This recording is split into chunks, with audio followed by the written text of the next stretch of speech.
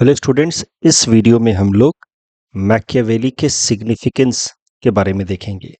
आखिर मैकियावेली का क्या कंट्रीब्यूशन रहा है in rise of modern world. Machiavelli को कहा जाता है product and profit of modernity, यानी कि मॉडर्निटी का उनके ऊपर इम्पैक्ट भी रहा है, साथ ही साथ he has also contributed towards rise of modernity. So we will try to exactly understand what do we mean by this term product and profit of modernity used for Machiavelli। कल हमने Machiavelli के political thinking को देखा था और अब उसको हम लोग आगे लेकर के जा रहे हैं। बट एक बात हमेशा याद रखिएगा, मैकियावेली की जो भी पॉलिटिकल थिंकिंग थी वो मेनली उनके किताब द प्रिंस में लिखी गई है। और द प्रिंस में भी जो कोर आइडिया है जिसके लिए मैकियावेली जाने जाते हैं वो ये है कि पॉलिटिक्स में मोरालिटी का, रिलीजन का कोई रोल नहीं होता है। पॉलिटिक्स में सब जायज है। प्रिंस जो कर सकता है वो करे in order to retain his power and retain his state. वो कुछ भी करे, सब जस्टिफाइड है। वहीं से बेसिकली आप कह सकते हैं ये वाली बात जो हम लोग कहते हैं ना, everything is fair in love and war, तो basically everything is fair in war वाली बात मैकियावेली से देख करके, जोड़ करके देखी जा सकती है। अब जरा देखते हैं कि कैसे Machiavelli has contributed to rise of modern political thinking. Machiavelli को कहा जाता है फर्स्ट मॉडर्न थिंकर। ऐसा क्यों? ऐसा क्या उन्होंने कहा है जिस कारण से उनको मॉडर्न थिंकर कहा जाता है, वो भी फर्स्ट? इसके लिए जरूरी है कि हम समझें कि व्हाट इज मॉडर्निटी। तो कहा जाता है कि modern era started with Renaissance in Europe. तो मॉडर्निटी शुरुआत हुई रेनेसा के साथ। और मैकियावेली के लिए कहा जाता है कि इस first modern thinker he contributed towards Renaissance and Renaissance also helped in his political thinking. तो Renaissance helped in shaping his political thinking and then onwards Machiavelli contributed towards Renaissance. तो इसी कारण से कहा जाता है कि Machiavelli is product of Renaissance as well as profit of Renaissance.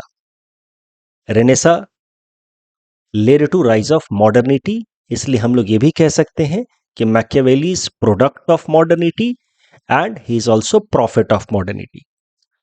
तो सबसे पहले हम समझेंगे रेनेसा के बारे में। रेनेसा है क्या? Which led to rise of modern world. और कहा जाता है कि रेनेसा या मॉडर्न थिंकिंग का इम्पैक्ट मैकियावेली के ऊपर है और फिर मैकियावेली ने रेनेसा एंड मॉडर्न थिंकिंग को और सब्सटैंशिएट किया है, स्ट्रेंथन किया है। सो सबसे पहले समझेंगे रेनेसा है क्या। रेनेसा का लिटरल मीनिंग है रीबर्थ, पुनर्जन्म। बट यहां पे किसी इंसान के पुनर्जन्म की बात नहीं हो रही है। यहां रीबर्थ है in the sense of revival of the interest in classical thinking that used to prevail in Europe during Greek या रोमन सिविलाइजेशन। देखिए, ग्रीक सोसाइटी के बारे में हमने थोड़ा थोड़ा पढ़ा, जब हमने देखा वहां पे थिंकर्स हुआ करते थे, right from sophist, Socrates, Plato, Aristotle. तो वहां पे एक लॉजिकल थिंकिंग, क्रिटिकल थिंकिंग का एक कल्चर था। Even before Socrates there used to be thinker like Pythagoras. Sophists also are known as humanist because they thought heavily on purpose of life। तो Greek society के अंदर ही ethics as a branch of philosophy की शुरुआत हो गई थी, which emphasised on purpose of life. तो ग्रीक सोसाइटी जो है वो लॉजिकल थिंकिंग पे बहुत एम्फेसाइज करता था। उसके बाद ग्रीक वर्ल्ड के बाद वहां पे यूरोप के अंदर राइज हुआ। ग्रीक सोसाइटी धीरे धीरे डिक्लाइन कर गई, उनका सिविलाइजेशन डिक्लाइन कर गया and then rise of Roman civilisation happened and Romans were even more developed. Romans were even more interested in critical thinking. Romans के टाइम में there used to be some of their emperors who are known as one of the greatest philosophers, जैसे कि Marcus Aurelius, Seneca. They are known as stoic philosophers, one of the greatest philosophers. तो point ये है कि ancient Greek society या ancient Roman society, जो Europe के दो मेन सिविलाइजेशन थे, वहां पे लॉजिकल थिंकिंग, क्रिटिकल थिंकिंग का एक कल्चर था जो धीरे धीरे धीरे धीरे मरने लगा और समाज डॉगमेटिक होने लगा, सुपरस्टिशियस होने लगा। और उसके पीछे कारण था excessive influence of religion. God का जो कॉन्सेप्ट है, it started becoming the centre of human life and every aspect of human life was determined in relation with God. मतलब ह्यूमन का इंटरेस्ट, ह्यूमन का मकसद, हर चीज गॉड के हिसाब से। मतलब गॉड के नाम पे ह्यूमन सेक्रीफाइस भी की जा सकती थी। Focus on the life that we are in currently उस पे कम होने लगा। The focus was more on life after death. मरने के बाद हमें हेवन मिलेगा या हेल मिलेगा, उसके लिए हम लोग इस जन्म में ही कंसर्न होने लगे कि हमें पाप नहीं करना है, पुण्य कमाना है। पुण्य कमाने के लिए एनिमल सेक्रीफाइस देनी है, ह्यूमन सेक्रीफाइस देनी है। तो तमाम तरीके की dogmatic superstitious thinking began during the medieval time. तो एंशियंट सोसाइटी यूरोप की बात की जाए तो उसमें दो मुख्य कल्चर, ग्रीस एंड रोमन। वहां पे humanism was centre, art, science, rational thinking, ये सब उसके कोर आइडियाज थे। medieval society was dominated by religious thoughts and that is why superstitious thinking, जहां पे रिलीजन ओवर डोमिनेट करने लगेगा वहां पे डॉगमेटिक एंड सुपरस्टिशियस थिंकिंग के लिए स्कोप बढ़ जाता है। क्योंकि रिलीजन में एक कॉन्सेप्ट है गॉड, और गॉड के आगे फिर कोई लॉजिक, रीजनिंग नहीं चलता, राइट। गॉड ये भगवान की मर्जी है, बस बात खत्म। ऐसे ही तो होता है परिवारों में। और जैसे ही गॉड का कॉन्सेप्ट इस्तेमाल कर दिया गया, फिर रीजन के लिए कोई स्कोप नहीं बचता और फिर वहां पे खूब सारा स्कोप हो जाता है for superstitious thinking and that led to rise of dark ages. इसीलिए मेडिएवल एरा ऑफ यूरोप को कहा जाता है डार्क एजेस। और फिर मेडिएवल थिंकिंग धीरे धीरे खत्म होनी शुरू हुई, दोबारा से शुरुआत हुई लॉजिकल रैशनल थिंकिंग की। उसमें कंट्रीब्यूट किया फिलोसोफर्स ने। उसमें सबसे पहला, वन ऑफ द अर्लीस्ट नाम है मैकियावेली का, और इसी कारण से Machiavelli is considered as first modern thinker. तो ये जो ट्रांजिशन था from medieval world to modern world, it happened because of Renaissance. Renaissance मतलब rebirth. Rebirth of what? Rebirth of human centred thinking, rebirth of reasoning, logical thinking. जो ancient European society में हुआ करता था, उसको दोबारा से रीबर्थ कराया जा रहा है इन द मॉडर्न टाइम। अब ये जो बातें मैंने यहाँ समझाई हैं वो थोड़ा कंफ्यूजिंग हो सकता है, लेकिन अगले पेज पे एकदम क्लियर हो जाएगा। एंशियंट सोसाइटी, इसके बारे में मैंने बताया, उसमें mainly Greek and Roman society के बारे में बात की गई है। वहाँ पे रीजनिंग एंड लॉजिकल थिंकिंग काफ़ी प्रीडोमिनेंट हुआ करता था, मैंने बताया। Thinkers like Socrates, Plato, Aristotle Greece में हुआ करते थे। Stoic thinkers like Marcus Aurelius, Seneca Roman empire में हुआ करते थे। फिर मेडिएवल सोसाइटी आई, God centred view. God became the end या पर्पस ऑफ लाइफ। और गॉड की बात जहां होगी, फिर लॉजिकल थिंकिंग के लिए स्कोप नहीं बचता, सुपरस्टिशियस थिंकिंग डोमिनेट करने लगती है। That is why it was known as dark age in Europe. और फिर धीरे धीरे मेडिएवल सोसाइटी से world transition towards modern world. और मॉडर्न वर्ल्ड में बेसिकली गॉड का इंपॉर्टेंस फिर से कम कर दिया गया। Again the focus is on reason, logic. Whatever we do, the goal is to improve human life. तो मॉडर्न वर्ल्ड के लिए कहा जाता है कि in modern world man is centre of universe. ऐसा ही कुछ हुआ था एंशियंट ग्रीक सोसाइटी में भी, याद कीजिए, जब वहां पे एक ह्यूमनिस्टिक टर्न हुआ था, when sophist thinkers like Gorgias started to focus on human interest. तो एंशियंट सोसाइटी और मॉडर्न सोसाइटी में काफ़ी सिमिलैरिटी है। एंशियंट ग्रीक सोसाइटी और रोमन सोसाइटी में मैन का interest, reason, logic, scientific thinking पे ज़्यादा फोकस। मेडिएवल सोसाइटी में इन सब का डिक्लाइन हो गया बिकॉज द वर्ल्ड वाज, या the people in society we are more incline towards God and religious ideas. ये जो ट्रांजिशन हुआ है मेडिएवल से मॉडर्न वर्ल्ड की तरफ, ये ट्रांजिशन में जिस फिनोमिना ने रोल प्ले किया उसको कहा जाता है रिनेसा। रिनेसा का लिटरल मीनिंग रिबर्थ। किस सेंस में रिबर्थ? एंशियंट थिंकिंग का रिबर्थ इन मॉडर्न वर्ल्ड। और इसमें थिंकर्स लाइक मैकियावेली एंड फिर जो अगले थिंकर हमारे सिलेबस में हॉब्स, उन्होंने काफी कंट्रीब्यूट किया है। उसके अलावा साइंटिफिक रिवॉल्यूशन जिसमें जैसे गैलीलियो, उन्होंने कंट्रीब्यूट किया। उन्होंने प्रूव किया कि चर्च यानी कि जो रिलीजियस लीडर्स हैं उनका डोमिनेशन जस्टिफाइड नहीं है। वो क्लेम तो करते हैं कि वो पूरी दुनिया सारी सच्चाई जानते हैं क्योंकि उनको गॉड ने बताया है, बट उनकी बेसिक अंडरस्टैंडिंग गलत है। वो कहते हैं कि द यूनिवर्स इज जियोसेंट्रिक, यानी कि अर्थ के अराउंड यूनिवर्स घूमता है, जबकि ये गलत है।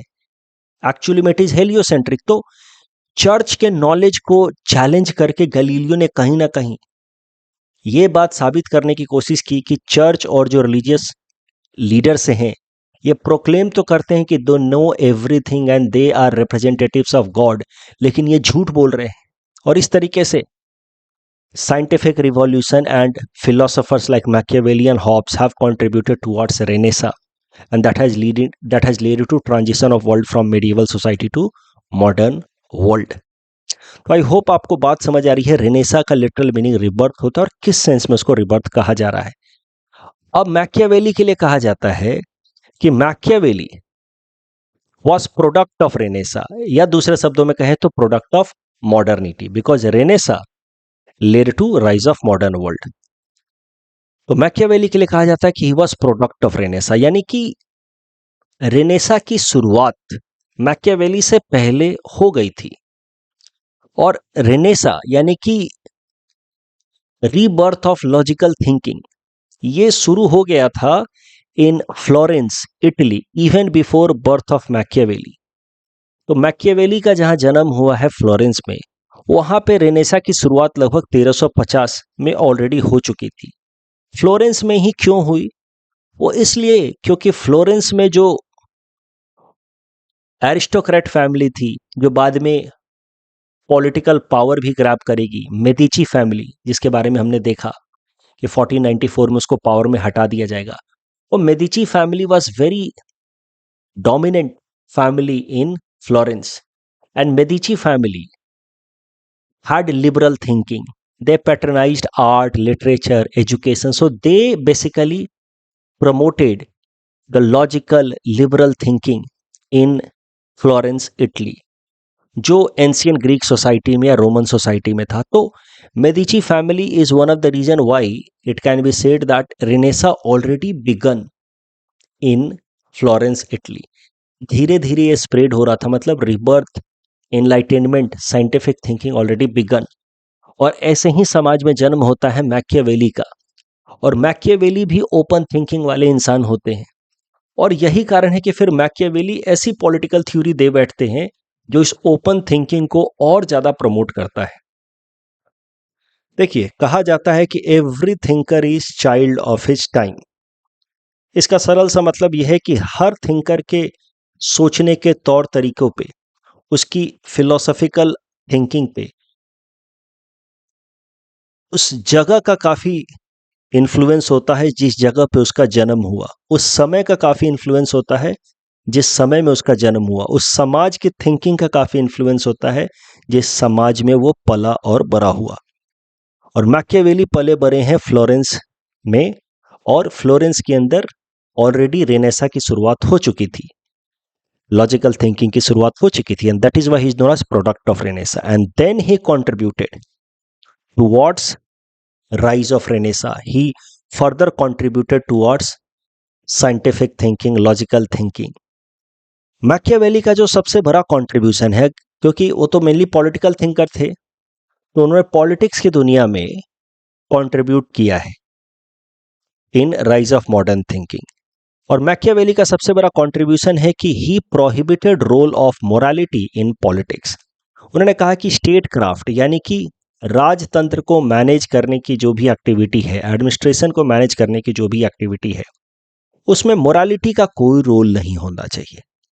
मोरालिटी, क्या सही क्या गलत, उसका कोई रोल नहीं होना चाहिए। अब यहां तक तो देख करके आपको नहीं समझ में आ रहा होगा कि how this idea is leading to modern thinking. But अगर आप ध्यान से सोचे तो आपको समझ आएगा कि मोरालिटी का बेसिस होता है रिलीजन। हमारे घरों में भी सही और गलत की जो भी परिभाषा आती है, ये सही है, ये गलत है, अगर आप ध्यान से देखें तो किसी ना किसी रिलीजियस आइडिया से ही गाइड करके भगवान राम ने ऐसा कहा, प्रॉफेट मोहम्मद ने वैसा कहा, जीसस ने वैसा कहा। तो religion has been basis for morality. And when Machiavelli limited scope of morality in statecraft, so in another sense, he prohibited possibility of application of religious ideas into statecraft, and that is how he created a watertight separation between statecraft and religion, and that led to beginning of secularization of politics. Western society का जो secularisation का concept है, that is water tight separation between religion and state. India के अंदर secularism का concept थोड़ा अलग है। हम लोग इसको कहते हैं सर्वधर्म संभव, जहाँ पे equal engagement and equal disengagement की बात की जाती है। ये आपने बेसिक पॉलिटी में जरूर पढ़ा होगा, उसके बारे में हम आगे चर्चा करेंगे जब हम वेस्ट और इंडियन सेकुलर कॉन्सेप्ट को कंपेयर करेंगे। बट वेस्ट का जो सेकुलर कॉन्सेप्ट है, segregation between state and religion, उसकी शुरुआत कर देते हैं मैकियावेली। और ये जो सेकुलराइजेशन ऑफ पॉलिटिक्स है, that is the beginning of modernity in political thinking. क्योंकि मेडिएवल थिंकिंग का मतलब क्या है? God is dominating, God will dominate every aspect, God या religion will dominate every aspect of our life, social aspect, economic aspect as well as political aspect. लेकिन जब Machiavelli अपनी theory देते हैं तो कहीं ना कहीं ही limits scope of religion, God and all thing in management of statecraft, and that is why he begins modern political thinking, where the significance of God is restricted to personal sphere. It is prohibited in public sphere. And that is how you can say कि Machiavelli laid basis for, foundation for modern political thinking, secularization of politics. अब Machiavelli का contribution तो है ही in rise of modern political thinking, लेकिन साथ ही साथ एक इवेंट और हुआ यूरोप में, इसको नाम दिया गया है ट्रीटी ऑफ वेस्टफेलिया। इसके बारे में भी थोड़ा समझते हैं यहाँ पे, फिर Machiavelli and treaty of Westphalia का कॉम्बाइंड कंट्रीब्यूशन देखेंगे कि how they led to rise of modern thinking. देखिए, यूरोप के अंदर वैसे तो प्रोमिनेंट रिलीजन जो फॉलो होता था वो क्रिश्चियनिटी ही थी, बट क्रिश्चियनिटी, और आज भी क्रिश्चियनिटी ही है वहाँ पे प्रोमिनेंट रिलीजन जो फॉलो होता है, बट क्रिश्चियनिटी में आपस में भी लोग डिवाइड हो गए थे। एक ब्रॉडर डिवीजन था between Catholics and Protestants. Protestants के अंदर भी डिवीजन था, अलग अलग सब सेक्ट थे, जैसे कैल्विनिस्ट, रिफॉर्मिस्ट। तो मुद्दा यह है कि Christianity was a common umbrella, लेकिन उसके अंदर भी there were many religious division, sectarian division, और ये सेक्ट के नाम पे ये जो यूरोप के स्टेट्स थे वो आपस में लड़ते रहते थे। और चूंकि पॉलिटिकल डिसीजन में चर्च का बड़ा डोमिनेशन रहता था या फिर रिलीजियस लीडर्स का बड़ा डोमिनेशन रहता था, खासकर जहाँ पे जो कैथोलिक स्टेट्स थे, जहाँ पे rigid Orthodox Christian ideas follow होते हैं, वहाँ पे चर्च का बड़ा डोमिनेशन रहता था इन पॉलिटिकल डिसीजंस। तो इस कारण से हमेशा रिलीजन के नाम पे वॉर्स होते रहते थे। जहाँ पे भी कैथोलिक स्टेट्स थे वो चाहते थे कि अपने स्टेट को एक्सपैंड किया जाए, और प्रोटेस्टेंट स्टेट्स को भी अपने अंदर सब्ज्यूम कर लिया जाए और वहाँ पे भी कैथोलिक आइडियाज़ को प्रमोट किया जाए। और ये रिलीजन के नाम पे वॉर होते रहते थे, क्रूसेड्स होते रहते थे इन यूरोप। एक प्रोलॉन्ग्ड वॉर हुआ यूरोप के अंदर जिसको नाम दिया गया 30 years of religious war, that spanned from 1618 to 1648। इसमें कई सारे लोग मारे गए, मैसिव कैजुअलिटी हुई। 30 साल की लड़ाई के बाद स्टेट्स थक गए, उनके जो पॉलिटिकल लीडर्स हैं वो थक गए। They started realising futility of war, कि बेवजह हम लड़ रहे हैं in the name of religion, एक दूसरे की जान ले रहे हैं in the name of religion. और फिर at the end of this 30 years of religious war एक ट्रीटी साइन हुई जिसको नाम दिया गया ट्रीटी ऑफ वेस्टफेलिया 1648 में। Treaty of Westphalia, treaty of Westphalia में फैसला यह किया गया कि रिलीजन के नाम पे अब लड़ाई नहीं करेंगे। Religion should not guide states action. Political leader should be free from religious interference. ये चर्च कहता है, चर्च के लीडर्स कहते हैं कि लड़ो, बाकियों को अपने अंदर सब्ज्यूम करो, हम लड़ने मिटने के लिए तैयार हो जाते हैं। क्यों लड़े भाई रिलीजन के नाम पे, कब तक लड़े? फ्रस्ट्रेट हो गए 30 years ऑफ रिलीजियस वॉर के बाद, and that led to treaty of Westphalia. अब जरा देखिए, ट्रीटी ऑफ वेस्टफेलिया भी वही बातें कर रहा है जो बात मैकियावेली ने कह दी थी कि रिलीजन का कोई रोल नहीं होना चाहिए पॉलिटिकल थिंकिंग में, स्टेट क्राफ्ट में। Religion and state should be segregated, political activities should be segregated, and that is how it laid basis for sovereignty and secularism. Secularism वाली बात पहले समझते हैं, फिर सोवरेनिटी पे आएंगे। सेकुलरिज्म जैसा कि मैंने आपको पहले ही बताया, वेस्ट का सेकुलरिज्म है water tight separation of religion and state, जो ट्रीटी ऑफ वेस्टफेलिया में एक बार फिर से अफर्म किया गया, जिसकी बात करते हैं मैकियावेली। बट मैकियावेली तो एक किताब लिखते हैं, उस किताब का कोई प्रैक्टिकल बहुत सिग्निफिकेंस तो था नहीं समाज में। लेकिन धीरे धीरे 100-150 साल बाद after Machiavelli, treaty of Westphalia repeats the same idea, and now it is a result of treaty among several states of Europe, and they led basis for European secularism. और सेकुलरिज्म, जो यूरोप का secularism है, it also led to rise of sovereignty. तो एक बार फिर से जरा सोचते हैं, व्हाट इज सोवरेनिटी। मैंने पहले लेक्चर में बिल्कुल बताया था आपको सोवरेनिटी के बारे में। सोवरेन या सोवरेनिटी में की आइडिया ये है कि जो हेड ऑफ द स्टेट होगा will not be dominated by any other power centre. That is sovereignty. Sovereignty मतलब there will be head of the state, and that head या supreme entity will not be dominated by any other power, उसी को कहा जाएगा sovereign. अब medieval society में क्या था यूरोप के, वहां पे जो किंग भी हुआ करता था, वो किंग भी पूरी तरह से सोवरेन नहीं था, क्योंकि उसके ऊपर चर्च का डोमिनेंस, रिलीजियस लीडर्स का डोमिनेंस बहुत ज्यादा हुआ करता था। बट जैसे ही सेकुलरिज्म का कॉन्सेप्ट लाया गया, watertight separation between religion and state, यानी कि पॉलिटिकल एक्टिविटीज में there will be no interference of religious leaders, तो secularism naturally led to rise of sovereignty. Now the king became the unquestioned superior, unchallenged superior, so that led to rise of sovereignty. और जो sovereignty का concept है, इसके बाद Europe के अंदर start हुआ rise of nation state. Nation state मतलब the states were now realigned, reorganised around the concept या around the identity of language. एक भाषा बोलने वाले लोगों ने मिलाकर के अब अपना एक स्टेट बनाना शुरू किया। अर्लियर स्टेट्स नहीं हुआ करते थे यूरोप में।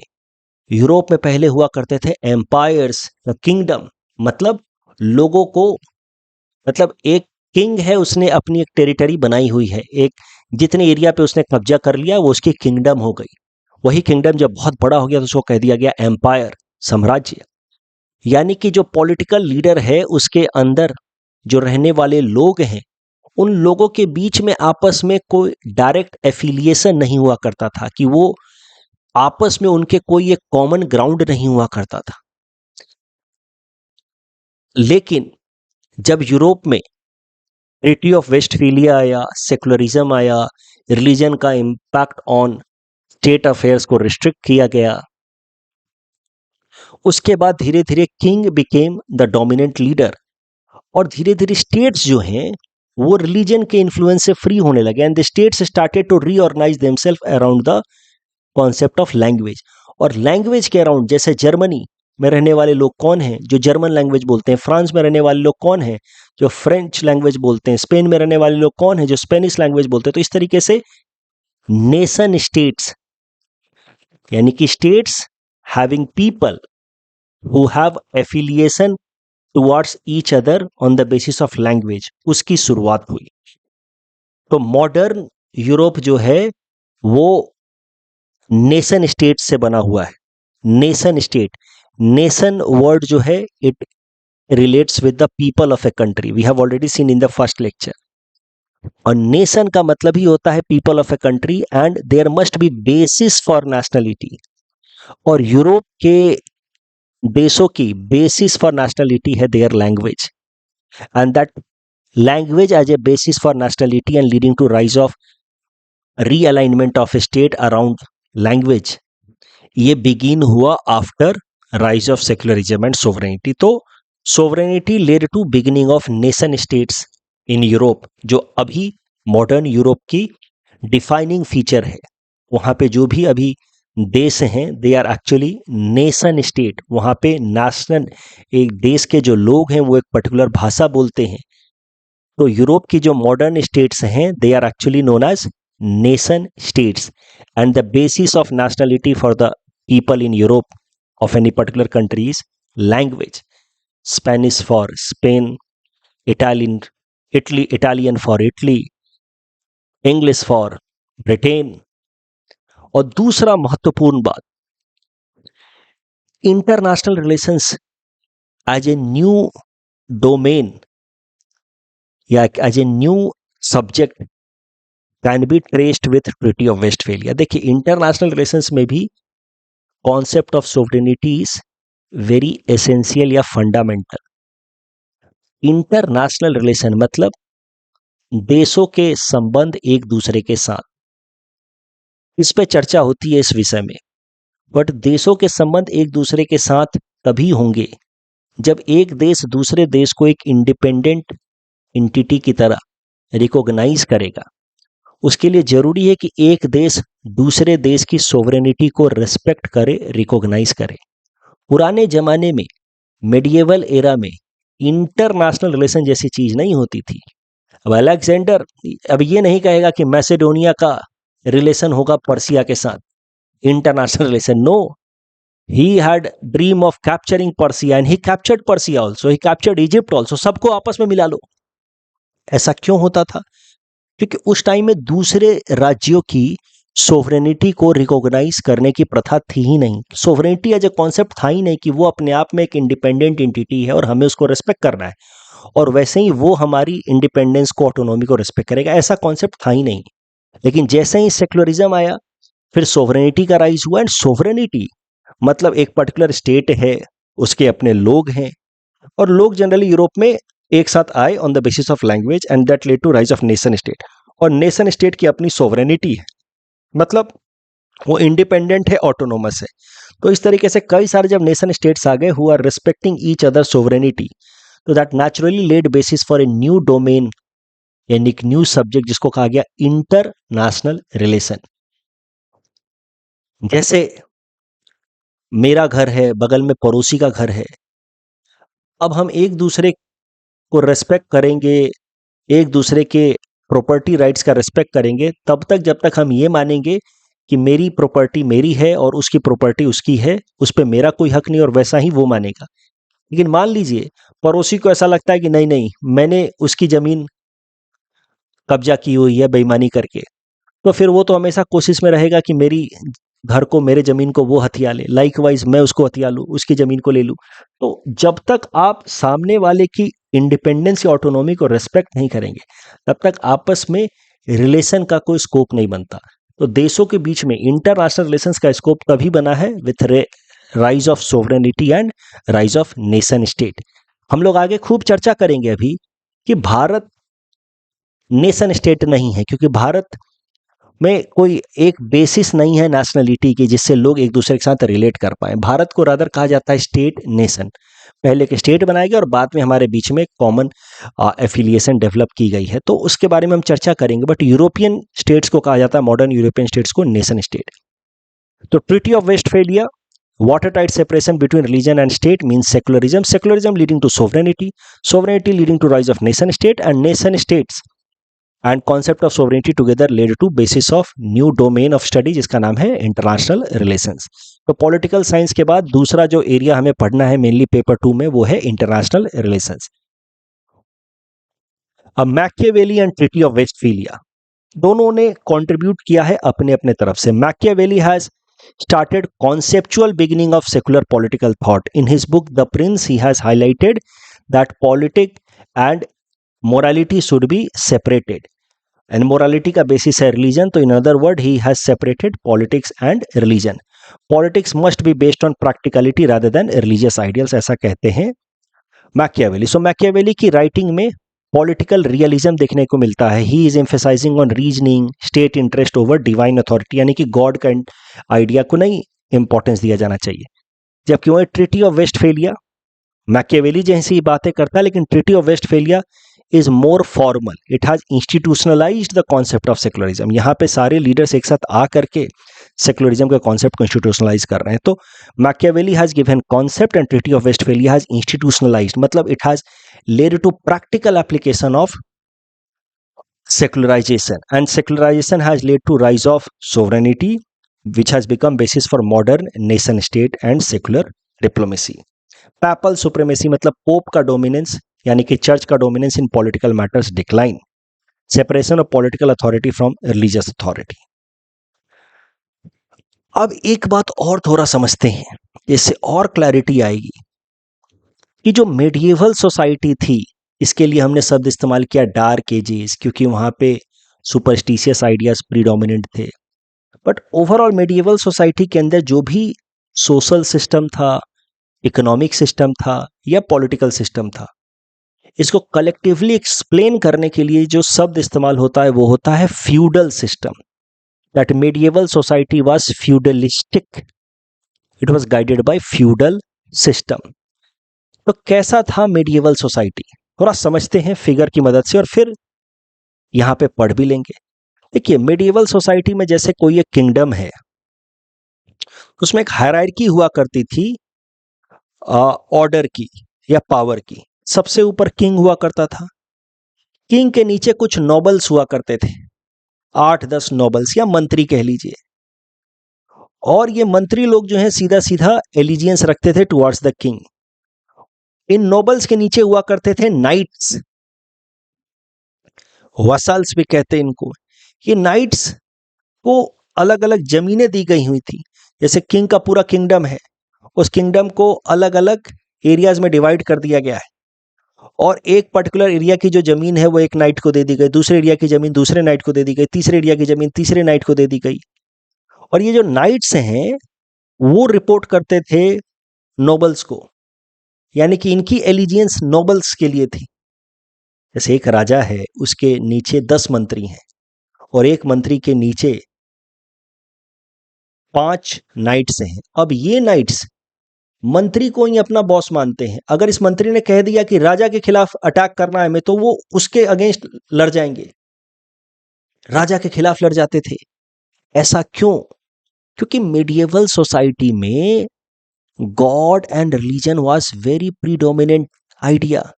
तो मेडिएवल सोसाइटी में हमने कोई प्रॉमिस कर दिया है, हमारे पिताजी ने खानदानी एलिजियंस दिखाया है कि हमने आपका नमक खाया है, हम आपके वफादार हैं, ऐसी बातों का बड़ा इंपॉर्टेंस था.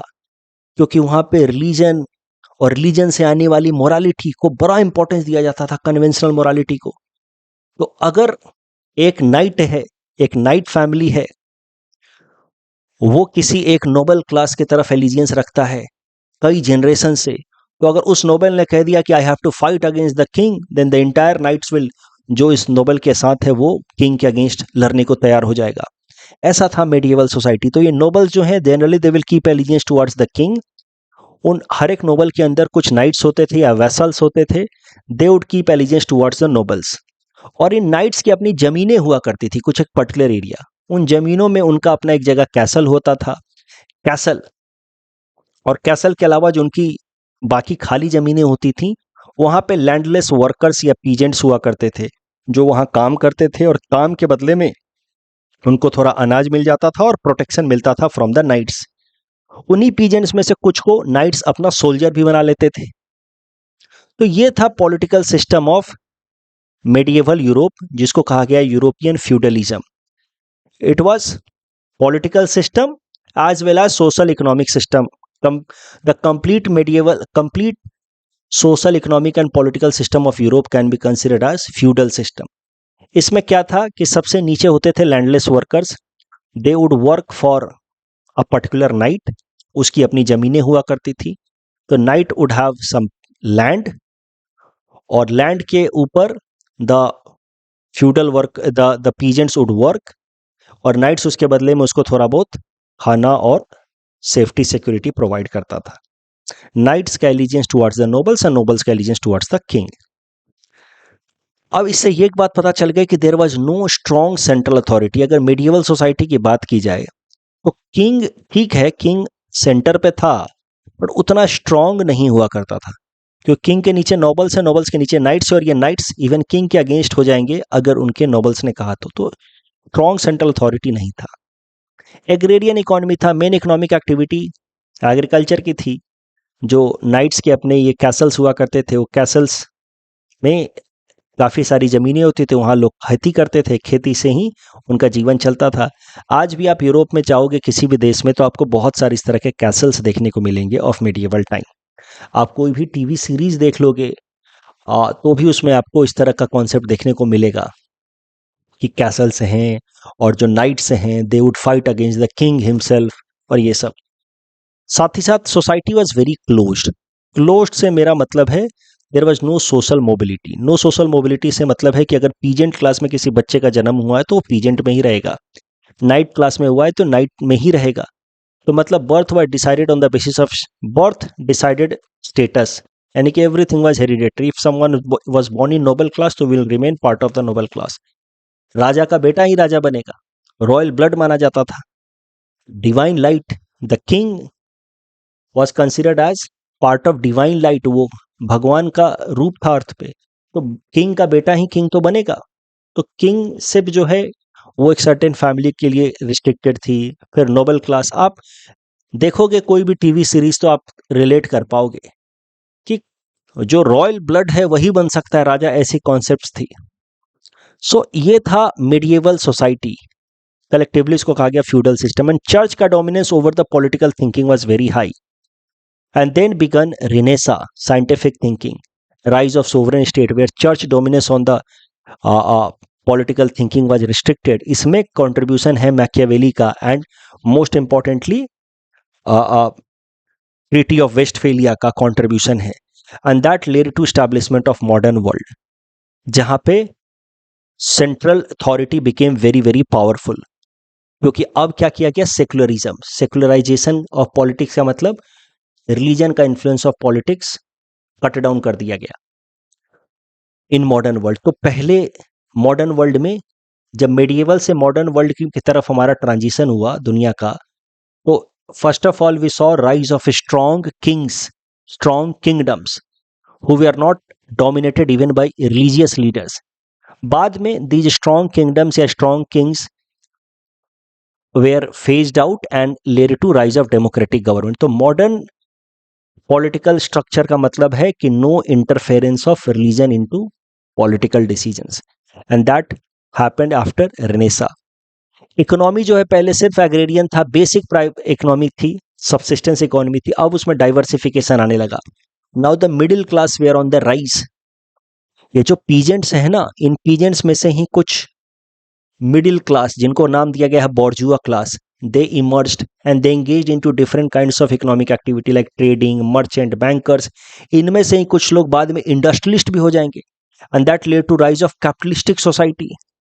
Society started to become open in modern world, क्योंकि modern thinking is open thinking, scientific thinking, logical thinking, it focuses on human interest। तो ह्यूमन को जो मन में आएगा वो करेगा जिससे उसका जीवन बेहतर हो। तो ह्यूमन अब ये नहीं कि बेसिक काम ही करेगा और focus is more on life after death, और इस दुनिया में तो बस हम जीवन काटने आए हैं, जीवन जीने आए हैं, भोग विलास आराम ना। Modern thinking is that human is here for its his own interest. तो ह्यूमन विल डू एक्टिविटीज जिससे उसको आराम मिले, जीवन अच्छा हो। तो ह्यूमन अब सिर्फ सर्वाइवल पे फोकस नहीं करेगा जो पहले होता था एग्रेरियन सोसाइटी में। अब ह्यूमन जो है लाइफ को बेहतर करने पे फोकस करेगा। तो rise of diverse economy, open society, अलग अलग इकोनॉमिक एक्टिविटीज होने लगे। जो पीजेंट क्लास है वे सिर्फ पीजेंट्री नहीं रहा, ये अलग अलग एक्टिविटी करने लगा, इंडस्ट्रियलिस्ट भी बनने लगा। And decline of domination of religion in public life वो तो हुआ ही हुआ after Renaissance and scientific thinking. अब अगर कलेक्टिवली देखा जाए मैकियावेली का एंड ट्रीटी ऑफ वेस्टफेलिया का contribution towards modern thinking. Machiavelli has given conceptual secularization of politics and Treaty of Westphalia has led to institutional secularization of politics. तो पहला है secularization of politics, shift of power from church to monarchs. That is the beginning of modern states. Secularisation of politics होगा तो rise of sovereignty होगा and nation state भी होगा, जो Europe में देखने को मिला। जब चर्च इंटरफेयर नहीं करेगा, then the king will become the true dominant power, sovereign leader, and then the states started to realign around the linguistic line and that led to rise of nation states in Europe. And capitalistic thinking started because you see these people they started to engage into different kinds of economic activities क्योंकि अब scientific thinking आ रही है. Now focus is on having better life and that is how rise of trade and emergence of bourgeois class मतलब middle class का rise amongst the peasants themselves during the Renaissance. And this middle class, they emerged as trader class, बाद में they became industrialist class. They promoted scientific thinking and as a result of scientific thinking, they also promoted diversification of their economic activity into trade and other things. और इन्हीं middle class का जो emergence है, bourgeois class का जो emergence है and modern political thinking की शुरुआत है जो मैकियावेली के साथ शुरू हुई है, that has lead platform for next set of thinkers like Thomas Hobbes, John Locke and Adam Smith, जिनको हम अपने सिलेबस में पढ़ने वाले हैं। तो ये जो आज मैंने आपको पढ़ाया है, ये एक तरीके से हिस्ट्री मैंने पढ़ाई है आपको, world history of Europe, basically Europe की हिस्ट्री पढ़ाई है मैंने आपको, यूरोपियन हिस्ट्री। ये जानना बहुत बहुत जरूरी है अगर आपको समझना है philosophers like Hobbes, Locke and Adam Smith, अगर आपको समझना है फिलोसॉफिकल या political philosophy like liberalism, individualism, अगर ये समझना है तो, and then later on Karl Marx का सोशलिज्म। आई जस्ट होप कि आज का ये वीडियो आपको समझ आया है, आपको समझ आया कि यूरोपियन सोसाइटी में क्या हुआ है, ancient society Greek and Romans, then medieval society, dark ages and superstitious thinking, then Renaissance, beginning of modern world. Renaissance में कंट्रीब्यूट किया है मैकियावेली ने, उसके बाद कंट्रीब्यूट करेंगे हॉब्स, और हॉब्स ने पूरी तरह से रेनेसा या मॉडर्न थिंकिंग को एस्टैब्लिश किया, जिसके बाद फिर ये कैपिटलिस्ट क्लास यानी कि मिडिल क्लास या बोर्जुआ क्लास का बहुत ह्यूज इमर्जेंस हुआ, और जिनके फेवर में फिर आगे लिखेंगे John Locke and Adam Smith. तो कल हम लोग पढ़ेंगे हॉब्स के बारे में। Thank you.